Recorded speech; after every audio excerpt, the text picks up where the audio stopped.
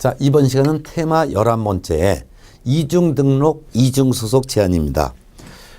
그래서 이미 등록된 상태에서는 또 등록하면 안 된다. 이를 이중 등록이라고 하고, 또한 중개업에 종사하는 사람들은 여러 중개업소에 근무할 수 없다. 이를 이중 소속이라고 합니다.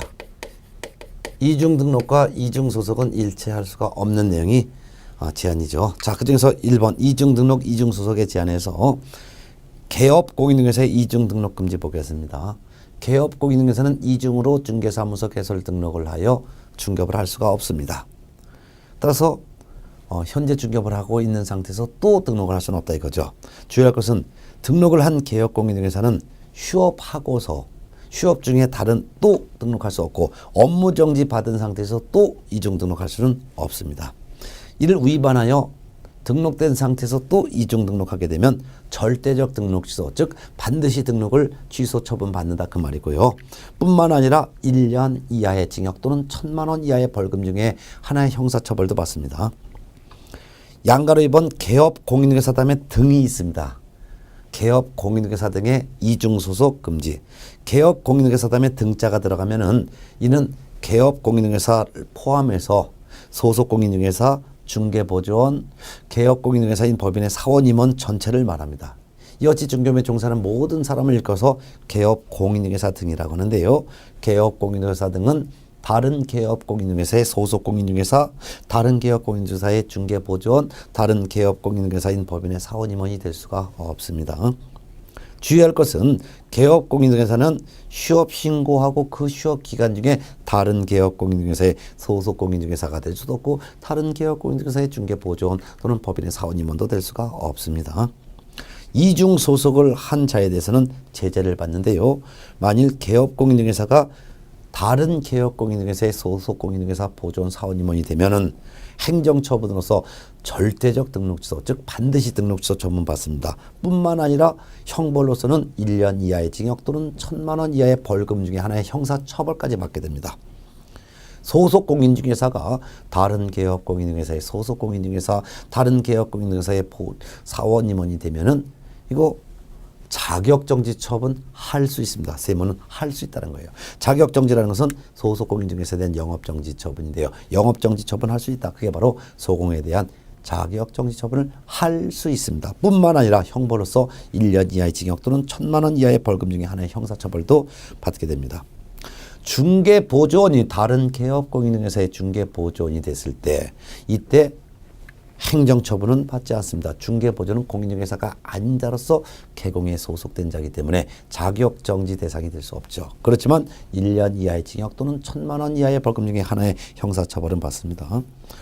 주의할 것은 소속 공인중개사가 자격정지 기간 중에 다른 개업 공인중개사의 소속 공인중개사 중개보조원으로 소속을 하게 되면, 즉 자격정지 기간 중에 다른 개업 공인중개사에 취직을 하게 되면 이때는 자격 취소 처분도 받고 뿐만 아니라 1년 이하의 징역 또는 1,000만 원 이하의 벌금 중에 하나의 형사처벌도 받습니다.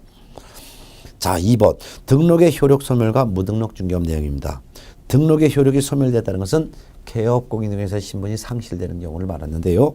등록의 효력이 소멸되는 사유는 일단 세 가지가 있습니다. 첫 번째는 개업 공인중개사인 공인중개사나 또는 개업 공인중개사인 부개공이, 즉 자격이 있는 공인중개사인 개업 공인중개사, 공인중개사 자격이 없는 부칙 6조 2항에 규정된 개업 공인중개사를 합쳐서 개인인 개업 공인중개사라고 합니다. 이 개인인 개업 공인중개사가 사망했거나 또는 법인인 개업 공인중개사가 해산하면 사망 해산과 동시에 즉시 등록의 효력도 같이 상실됩니다. 자, 두 번째는 등록 취소 처분을 받으면 등록의 효력이 소멸됩니다. 여기서 등록 취소 처분을 받았다는 것은 등록증을 뺏겼다는 뜻이 아니라 등록관청이 가지고 있는 장부가 있어요. 그 장부 이름이 부동산 중개사무소 등록대장인데요. 부동산 중개사무소 등록대장에 개업 공인중개사로 이름이 올려져 있는 이 이름을 지우는 것을 등록 취소 처분이라고 합니다. 그럼 등록 취소 처분을 받아도 등록의 효력이 없어지고 소멸됩니다. 주의할 것은 개업 공인중개사가 등록 취소에 해당하는 위반 행위를 했다든가 또는 등록의 결격사에 해당되어 예를 들어서 교도소를 간다든가 했다 하여 즉시 등록의 효력이 상실되는 것은 아니고 등록관청으로부터 등록 취소 처분이 있어야지만 그때서야 등록의 효력이 소멸됩니다. 세 번째는 개업공인중개사가 폐업 신고하게 되면 폐업 신고와 동시에 등록의 효력도 같이 소멸하게 되는 것이죠. 자, 그 다음에 이제 무등록 중개업을 봅니다. 무등록 중개업이라는 것은 등록되지 않은 상태에서 중개업을 하면 다 무등록 중개업이 됩니다.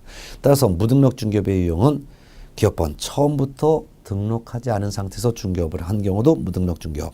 두 번째는 등록을 하여 개업공인중개사가 되었지만 등록의 효력이 소멸된 상태에서 중개업을 계속해도 무등록 중개업이 됩니다. 예를 들면 박스에 법인인 개업공인중개사, 즉 중개법인을 법인인 개업공인중개사라고 하는데요. 앞으로 공부하면서 중개법인 나오면은 법인인 개업공인중개사와 같은 개념입니다. 이 중개법인이 해산이 된 후 법인의 대표자이었던 사람이 계속 중개업을 한다. 이것도 무등록 중개업. 등록 취소 처분을 받은 후 계속 중개업을 한다. 이것도 무등록 중개업. 폐업 신고한 후 중개업을 계속한다. 이것도 무등록 중개업이 되는 것이죠. 또한 디귿번 등록 신청을 하였지만 등록되기 전에, 즉 등록 처분을 받기 전에, 등록받기 전에 먼저 중개업을 했으면 이것도 무등록 중개업이 됩니다. 무등록 중개업을 한 자의 중개 행위에 따른 거래 계약의 효력은 유효입니다.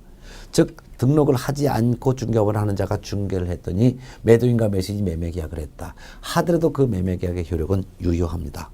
그렇지만 무등록 중개업을 한 자는 처벌받는데요. 처벌은 3년 이하의 징역 또는 3천만 원 이하의 벌금 중에 하나의 형사처벌을 받습니다.